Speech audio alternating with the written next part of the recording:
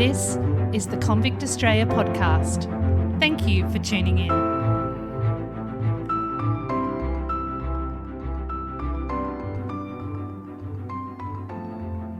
They had not seen land for 5 days. The last drops of the fresh water they had brought with them had run out 3 days ago. They had desperately tried to catch rainwater, but the sea spray spoilt the water, and they were forced to throw it overboard. Their 29-foot open boat was being tossed about in the vast Pacific Ocean by gale-force winds. It was pushing them further and further away from land. Thomas Pamphlet and his 3 companions gripped the sides of the boat as they rode each giant wave. They were absolutely spent from trying to point the boat into the huge swell and bail the water that was constantly washing over them and sloshing around at the bottom of the vessel. It was all they could do to stabilise themselves and keep afloat. The 4 convict men had left Sydney on the 21st of March 1823. They were employed by William Cox, a wealthy settler, to make the roughly 50-mile trip south to the 5 Islands in Illawarra in order to collect cedar. Richard Parsons had been working for William Cox for some time. He had earned his ticket of leave and had saved 50 guineas and used it to go halves in the boat they were using for the trip.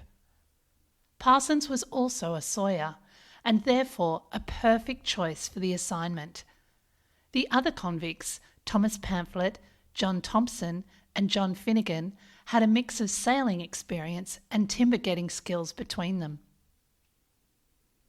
The men left Sydney with supplies of flour and pork, which was supposed to be used to buy the cedar, and a few gallons of water and rum.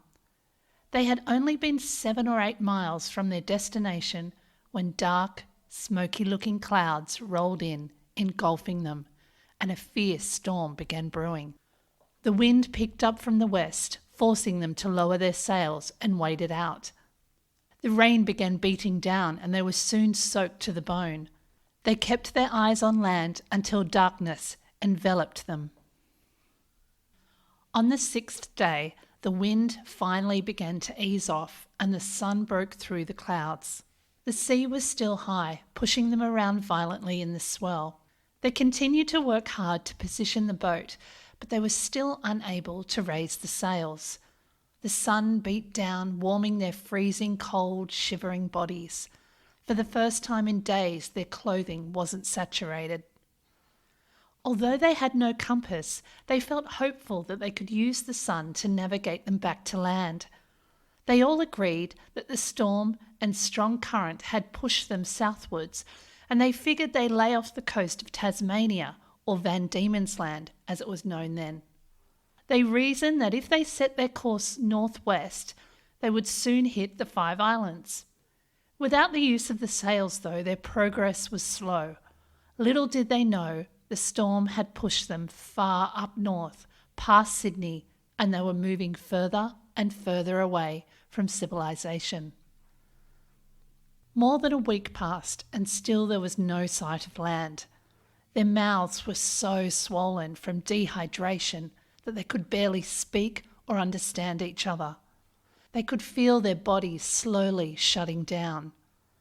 When they couldn't bear their thirst any longer, they would take a swig of rum to wet their lips and mouth, but it did nothing to quench their unrelenting thirst. The rum just made them thirstier.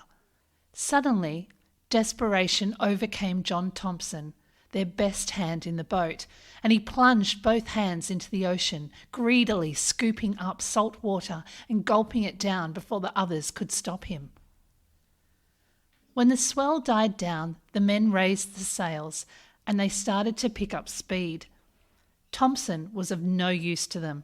He had become delirious from drinking the salt water, and his health was deteriorating rapidly. Parsons, Pamphlet, and Finnegan weren't in the best shape either.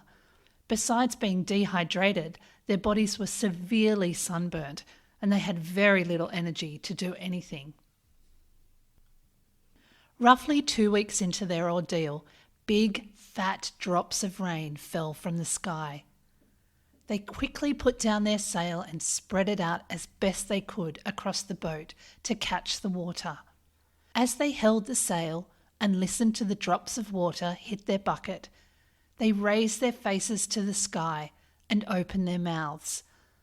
When the rain stopped, they were excited to see that they had caught a bucket and a half. They took a sip and discovered to their utter disappointment that the water tasted strongly of salt. In their weakened state, they had not considered that the sail would be encrusted with salt. Dejected, they tossed it overboard.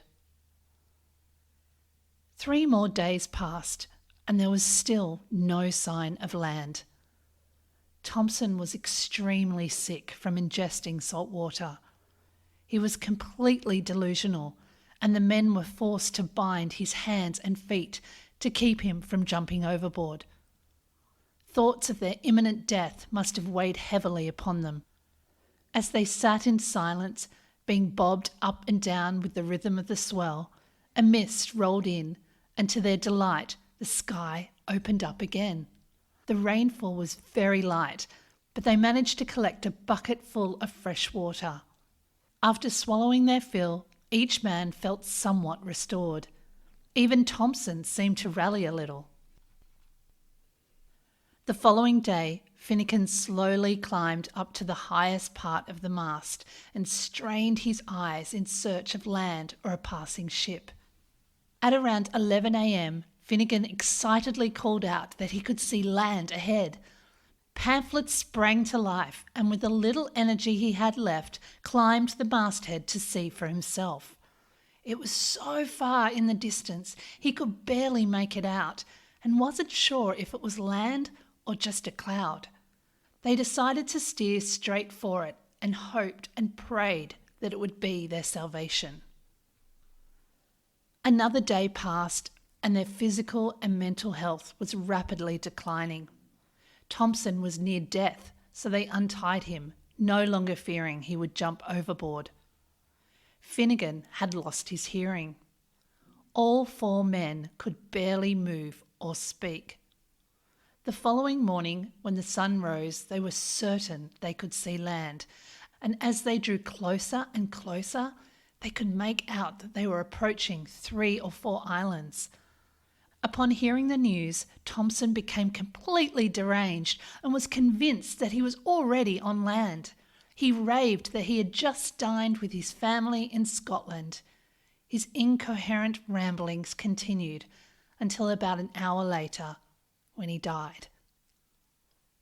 On they sailed, drawing nearer and nearer to land. They watched as the sun slowly sank for another day. They could see Aboriginal people gathered around fires in the distance. They figured they were only about an hour from shore.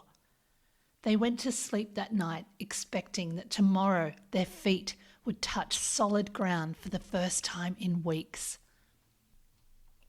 When the morning sun woke the men from their sleep, they looked around and were dismayed to see that the tide had carried them away from land. They had drifted so far that the shore was barely visible. Thankfully, a favourable breeze and placid waters enabled them to steer the boat back in the direction of land. By sunset, they were only a couple of miles away, but they became paranoid of the Aboriginal people nearby and decided to sail further up north to avoid them. The following morning, they were again blessed with great weather. The water was calm and there was a light breeze which allowed them to hug the shoreline. Pamphlet spotted a little creek running into the beach.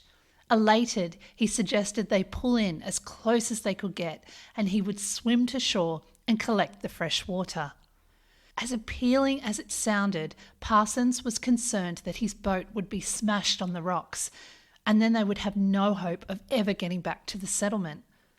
However, after spending the entire day sailing in the searing heat, Parsons told Pamphlet and Finnegan he was dying and needed fresh water immediately, even if it meant losing the boat. So they looked for a place to pull in, but the swell was too large. As dawn broke the next day, the smell of Thompson's rotting body grew more and more offensive with every hour. They had hoped to be landed by now and able to bury him. Still unable to get into shore, after much deliberation, they decided to cast his body overboard. They searched his pockets for anything useful first, but only found his ticket of leave. Parsons used a handkerchief to cover Thompson's face. They said their goodbyes before committing him to the deep. Finnegan was at the helm the next morning when he called out in his strong Irish accent that he could see another stream of fresh water that was running into a bight. It looked like a calm spot where they could anchor and swim to land. They dropped anchor and Pamphlet stripped off and dove into the cool water. He set off paddling to the shore with an empty keg and tin pot as Finnegan and Parsons watched on from the boat. Despite being close to shore, it took Pamphlet an hour and a half to swim the short distance. He was so emaciated and weak that he just couldn't get his body to move the way he wanted it to, and felt so clumsy swimming with the keg and tin pot. When his feet eventually touched solid ground, he had a sudden surge of energy. He dumped the keg on the ground and ran towards the little creek, collapsing at its bank, and drank greedily from it. Quote, "I drank like a horse," end quote, he later recalled. When he had had his fill, he stumbled back to where he left the keg, but on the way he was overcome with the need for more water, so ran back. He did this 3 or 4 times before finally filling the keg. He struggled to fill and hold the full keg. He was still so weak.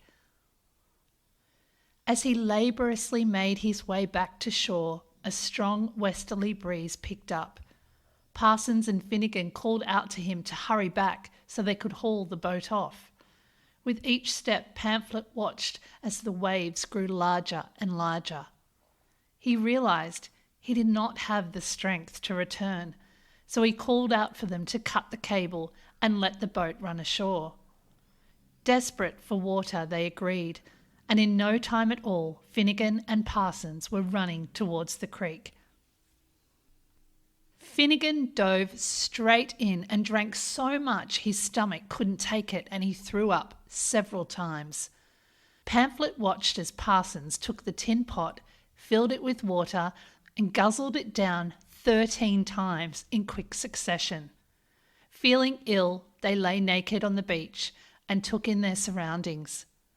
Sandy hills lay all around them with no trees in which to collect kindling for a fire. Within minutes of landing, the bottom of the boat was smashed in. They climbed the hill as it began to rain and found a spot to sleep. To keep warm, they huddled together with Pamphlet, the weakest of the 3, in the middle. The 3 castaways awoke the next day, shivering from the cold, their stomachs growling. They wandered back to the shore, only to discover that the boat was now completely smashed to pieces. Strewn up and down the beach were items they had had on board with them. They were relieved to find 3 bags of flour and a bucket. To their dismay, 2 of the 3 bags of flour had been spoiled from the salt water. Using the bucket, they mixed some flour with fresh water and ate the unappealing, gluggy mixture. Now that the boat was wrecked, getting to Port Jackson by foot was their only hope. With their strength dwindling, they knew that finding civilization quickly was imperative to their survival. Still convinced that Port Jackson was north, they set off in that direction. They took with them as much flour as they could carry and a few other things from the wreck, like a small axe and the tin pot. Little did they know that they were now on Moreton Island, more than 600 miles north of Port Jackson. Finding a path, they followed it, moving through the bush silently until they heard a rustling up ahead. Concealing themselves behind some bushes, They watched as an Aboriginal woman and her child passed them by. They were carrying water in a vessel made from bark. The castaways continued on, but soon stumbled upon an arched hut made of wattle and bark. Outside was a young Aboriginal boy playing with a spear. The men were now extremely weak and delirious. Pamphlet was convinced that an Aboriginal man came out of the hut and exclaimed in plain English, "What do you want?" Pamphlet was overjoyed at this, certain that Port Jackson must be very close by. Helping themselves to the man's fire, they moved on. Not far away from the hut, they stumbled across another fresh stream. Finding a good spot, they built a fire and made bread with the flour and water.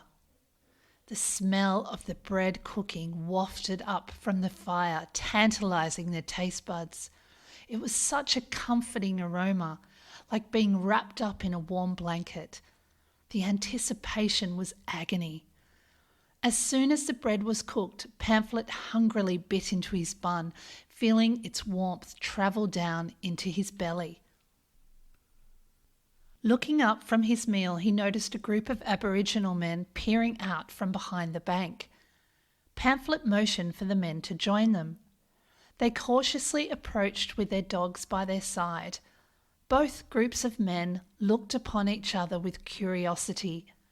All 12 Aboriginal men stood before them completely naked. They had large pieces of bone or stick through the cartilage of their noses. Pamphlet thought to himself that they seemed taller than the Aboriginal men they had encountered in Port Jackson. Unlike the Eora people, they weren't missing their front tooth or the bones in their little fingers. Some carried fishing nets on their backs. Reaching forward, they began patting the castaways on the chest and shoulders. A little alarmed, Pamphlet offered the men some bread, which they graciously accepted. Not knowing what it was, they carefully bit into their buns, but immediately spat it out again. The Aboriginal men motioned them to come back to their huts. The castaways gestured that they were heading north. They responded by signing that they would use their nets to catch some fish for the starved-looking castaways. Again, the men motioned northwards, so the Aboriginals fell in step with them for about a mile up north, until they came across a group of huts. The Aboriginal men kindly invited them into their camp, and when the castaways followed, they were welcomed with singing and dancing. As the sun fell, their hosts lit a fire. Not being able to keep his eyes open for another moment, Pamphlet curled up beside the fire and used his bag of flour as a pillow and fell into a deep sleep. Pamphlet and his companions were struck by the incredible friendliness and warmth of the Aboriginal people they encountered. Nonetheless, despite protests, the castaways remained resolute in their decision to press on with their journey northward. The Aboriginal men accompanied them, guiding them to additional huts along the way, until eventually they bid each other farewell and parted ways. The castaways trudged wearily along the beach for days, their feet becoming increasingly sore. They subsisted on bread and shellfish. When they reached a channel that was about 2 or 3 miles wide, they realised that they were actually on an island and needed to get across to the mainland. The channel to the mainland had a very strong current. There was no way they could swim. They needed a canoe. The following day, Pamphlet sat on the shore staring into the fire. He dug his sore feet into the cool sand. He sat in silence until he sensed movement from the corner of his eye. He turned to see a group of Aboriginal men approaching on canoes. Once landed, the Aboriginal men cautiously approached them. There were 14 in total. They were completely naked but were not carrying a weapon. They appeared to be friendly, and soon they relaxed into conversation using hand gestures. Parsons took out a pair of scissors that had belonged to Thompson and gestured that he could trim their beards. Amazed by the apparatus, they agreed, and much to their delight, Parsons set about cutting their beards. They spent the best part of an hour with them before the Aboriginal men got up to leave. The castaways went to follow, but they were stopped. The men ran to their canoes, took off, leaving the castaways. The next day, they wandered further up the beach and came across their boat that had smashed to pieces. They had walked around the entire island and were back where they started. Looking around, Pamphlet noticed a large canoe. Rubbing his eyes to make sure he wasn't hallucinating, he looked again. They approached the canoe, furtively looking around for its owner. When they drew nearer, they saw that unfortunately the canoe wasn't big enough for the three of them, so Pamphlet offered to stay behind. Finnegan and Parsons quickly pushed off and started paddling towards the mainland, promising that one of them would come straight back for him. Pamphlet stood at the water's edge, feeling the calm ripples wash over his feet as he watched his friends pull further and further away. As they were nearing the shore on the opposite bank, he peered on anxiously as he saw a crowd of native men approach the canoe. A sick feeling of dread came over him as he observed his friends being escorted into the bush. Pamphlet could no longer see them, and he feared the worst. He stood there, rooted to the spot, watching anxiously until the sun went down and he could no longer see the opposite bank. When he awoke the following morning, he returned to the water's edge, hopeful of seeing his friends. He'd spent a restless night tossing and turning, worrying about what had become of them. He kept watch all day, but he did not see another living soul. With every passing hour, his hope diminished, and he began panicking that he was now stranded in the middle of nowhere, all on his own. Dark thoughts of his own demise ran through his mind. He wondered what would take him first, starvation or hostile natives. By the end of the day, he had resigned himself to never seeing his friends again. When night fell and he could no longer see the opposite bank, he reluctantly turned away and walked up the hill to get some sleep. As he busied himself along the shore the following day, his eyes kept darting over to the opposite bank. He just couldn't let go of the hope that his friends were still alive. Before long, he spotted two figures getting into a canoe and paddling towards him. He held his breath, praying that it was Finnegan and Parsons coming to get him. As the canoe drew closer, he was overjoyed to see that it was indeed Finnegan with one of the natives. When the two men beached the canoe, the Aboriginal man acknowledged Pamphlet. Slinging a few fishing nets over his shoulder, he indicated that Pamphlet should go back with Finnegan before turning and walking away. Pamphlet greeted his friend with such relief and happiness. They launched the canoe, using their paddles to push off the bank. As they battled the current, Finnegan excitedly told Pamphlet how he and Parsons had been treated by the Aboriginal tribe. He described their warmth and their incredible hospitality. They were given a large hut all to themselves and fed as much fresh fish as they could stomach. Finnegan assured Pamphlet that they had pleaded with the Aboriginal people to let them take the canoe back to collect Pamphlet, but until now had been denied. It took hours for Pamphlet and Finnegan to reach the other bank. The tide had picked up and had taken them far off course. Pamphlet in particular was incredibly weak and lacked the strength and stamina to paddle for very long. When they eventually set their canoe on dry land, Parsons, with several tribesmen, ran out to meet them. The Aboriginal men were so happy to see them. They took the canoe off them, lifted it above their heads and carried it into the bush, beckoning them to follow. When they arrived at their huts, their hosts offered them roasted fish and fresh water. They were given a large hut to share. Over the next 10 days, Pamphlet, Finnegan and Parsons recuperated with the help of their new friends. They were given plenty to eat and drink, and little by little felt themselves returning to health. As hospitable and welcoming as they were, the Aboriginal men kept a close eye on them. They were never allowed to approach the women's huts, and 5 or 6 of the younger men slept outside the Castaways' hut at night.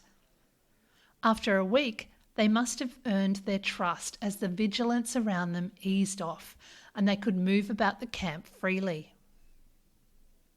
As they recovered, they discussed their plan to reach Sydney. Pamphlet and Parsons were eager to get going, but Finnegan argued that they should stay. He was apprehensive about enduring further hardships and facing the threat of starvation once again. Eventually, he relented, and on the 10th day, they rose early and departed from the camp.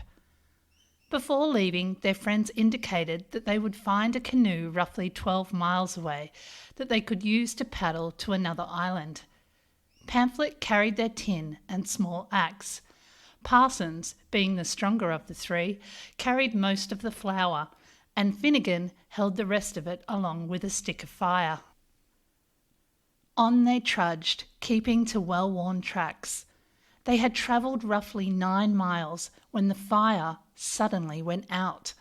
Finnegan stopped dead in his tracks and slowly turned to exchange horrified looks before Parsons flew into a rage. Parsons lunged at Finnegan, screaming that he was going to kill him.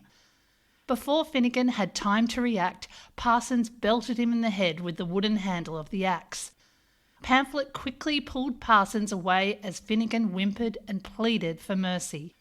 Finnegan tried to placate Parsons by offering to go back to a group of Aboriginals they had passed a few hours back to get more fire. Pamphlet sat resting his weary bones, waiting for Finnegan's return. 5 hours later, when there was still no sign of Finnegan, the 2 men resolved that they would head back to get fire themselves. They left their flour sacks and followed their path back. When they reached the fire, there was no sign of Finnegan.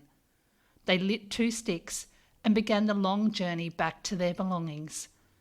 Just as they had reached their destination, both sticks of fire went out. Aghast, they turned around and made the trek back to the fire source, not seeing any sign of Finnegan. By now they realised that he must have gone back to the original camp. Pamphlet and Parsons had learnt their lesson. Every couple of miles they stopped and created a proper fire so that if their sticks went out, they didn't have far to travel back to get more. They continued this way until eventually they came to the inlet with the canoe the natives had told them about. Their hearts sank when they saw that it had been so exposed to the heat that it had opened up in several places and was unusable. They were at a complete standstill. They couldn't walk through the bush as they had no shoes, and the beaches had turned to mangroves. Reluctantly, they turned back. When they finally returned back to camp and saw Finnegan, they were furious with him for abandoning them. However, it wasn't long before the 3 friends reconciled. After discussing their limited options, they decided to build their own canoe. Using their axe, they cut down a tree and spent the next few weeks constructing a canoe. Finnegan refused to help. He had decided to stay. He sat and watched as Pamphlet and Parsons laboured from sunrise to sunset each day. The kind Aboriginal people supplied the men with fresh fish, delivering it to them as they worked and leaving food in their hut as well. They observed that Finnegan wasn't helping, and on one occasion they took the axe out of Pamphlet's hand and offered it to Finnegan, but he refused to take it. After that, the Aboriginals stopped feeding Finnegan. He was forced to go and procure fern root to feed himself. Progress was slow, as they only had the one tool between them. Weeks passed, and the canoe was finally ready to launch. Pamphlet and Parsons lifted each end, but the Aboriginals insisted on taking it to the water for them. Pamphlet held his breath as he watched them place it in the water. When no water seeped in, he and Parsons gingerly got into the canoe and sat, waiting, hoping it would stay afloat. Minutes passed, and satisfied the canoe wasn't going to sink, a cheer went up from the crowd of onlookers. There was much leaping, dancing, and merriment. Pamphlet and Parsons beamed at each other. The following afternoon, Pamphlet and Parsons packed supplies into the canoe and said their goodbyes. The Aboriginals handed them some fish for their journey. They pushed off, leaving Finnegan behind. Confused, the Aboriginal men forced Finnegan into a canoe and rowed him in the direction of his friends, who were now far ahead. They dropped Finnegan onto a bank and left him. Pamphlet and Parsons returned for him, realising that when the tide came up, Finnegan would surely drown, as he couldn't swim. Once more, the three men travelled together. For the next month, they slowly made their way up the north coast. They lived on fern route, paddling as far as they could with their canoe and then abandoning it to travel on foot. They trekked past mangroves and around a number of salt rivers. They were reluctant to try swimming across the rivers, as two of them couldn't swim, and all three were becoming increasingly weak. Without any shoes or proper clothing, the bush was often too thick for them to venture into, so they followed the well-worn paths created by the natives. After travelling in this state for weeks, they came across some canoes. This made their journey so much faster and gave them a break from walking. It had now been over 100 days since they left Port Jackson. Parsons and Pamphlet had kept count between the two of them. Pamphlet pushed the canoe through the water, taking Parsons to the other side of the riverbank. After dropping him off, he turned to head back to pick up Finnegan, but saw that Finnegan had found his own canoe a little way up the bank. He could see that Finnegan was heading towards them with a renewed vigour, and when he was within earshot, Finnegan called out excitedly that he had better start a fire as he had plenty of fish.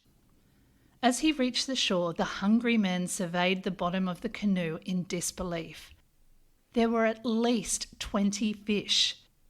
They hurriedly dragged the canoe up on the bank. They grabbed the fish, and as they did, they heard the natives on the other bank calling out to them. The large party of natives had hopped into their remaining canoes and were fast approaching them. The hungry men were determined to keep the fish. They had virtually been living off nothing but fern roots for months. They scurried around looking for places to hide some of their catch. Hiding them under some bark, Pamphlet grabbed his axe and Finnegan reached for a big stick and they held it up menacingly. They weren't giving up the fish without a fight. When the natives approached, they looked visibly shocked by the castaways' appearance. They must have looked a miserable, pathetic sight. Their bodies were so emaciated and their skin was burnt from being out in the searing sun day after day with no clothing for protection. The Aboriginal men did not try to take their fish back. Instead, some got to work trying to catch more for the castaways and collected a sizable amount of fern root for them to eat. The rest welcomed the men into their huts, entertaining them. They stayed with the tribe for about a month, regaining their strength before attempting to continue northwards again. They set off with some fish and fern root and began the slow, arduous trek through bushland and across rivers. Their native friends would often surprise them with a visit and implored them to return to their huts, but they declined. Pamphlet's feet had become red raw, and every step was agony. He finally conceded that he couldn't go on and accepted their offer. Pamphlet sadly said goodbye to his two companions and slowly made his way back. Parsons and Finnegan pressed on. The two men had never really gotten along, and they no longer had Pamphlet to mediate the tension that often arose between them. After only 2 days, Parsons' temper rose to breaking point, and he lunged at Finnegan with his knife, swearing that he was going to kill him. Finnegan ran into the bush, with Parsons hot on his heels, but Finnegan managed to slip him. It took him 4 days, but he made it back to camp where Pamphlet was. That day, the 2 convicts were invited by the chief to accompany him on a trip. Finnegan went, but Pamphlet's feet were still too sore, so he politely declined. Time passed slowly for Pamphlet, until one night, as he sat by the fire, looking into its flickering flames, the smell of roasted fish wafting about, he heard some of his native friends calling him with great urgency. He got to his feet and made his way to them. They were wildly pointing to something out to sea. When he looked across the water, to his utter amazement, he could see the white sails of a cutter. Pamphlet forgot his sore feet and ran towards it as fast as he could, calling out and frantically waving his arms above his head. To his absolute delight, he saw the boat come closer and drop its anchor. Pamphlet was beside himself. He watched as a smaller boat was lowered and some men rowed to shore to greet him. It was Surveyor General John Oxley and his team. They were just as astonished to see Pamphlet and invited him back to their ship, the HMS Mermaid. There they provided the means for him to clean himself and issued him with clothing. He was so overwhelmed he could barely speak. They fired question after question at him, fascinated to know how he had come to be there and how he had survived. Pamphlet just stared back at them dumbfounded. It was an even bigger shock to Pamphlet when he found out that they were 500 miles north of Port Jackson. The following morning he awoke and smiled to himself as he realised it hadn't all been a dream. He stepped out on deck into the brilliant sunshine, feeling far more settled and collected. That day he began sharing their experiences with Oxley.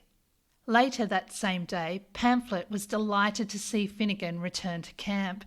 He witnessed the look of utter bewilderment and joy on his friend's face as he took in the scene. It had been 8 months since they had left Port Jackson. The next morning, Finnegan set off with Oxley and Lieutenant Sterling to locate Brisbane River. Oxley had been sent to Moreton Bay to explore the area.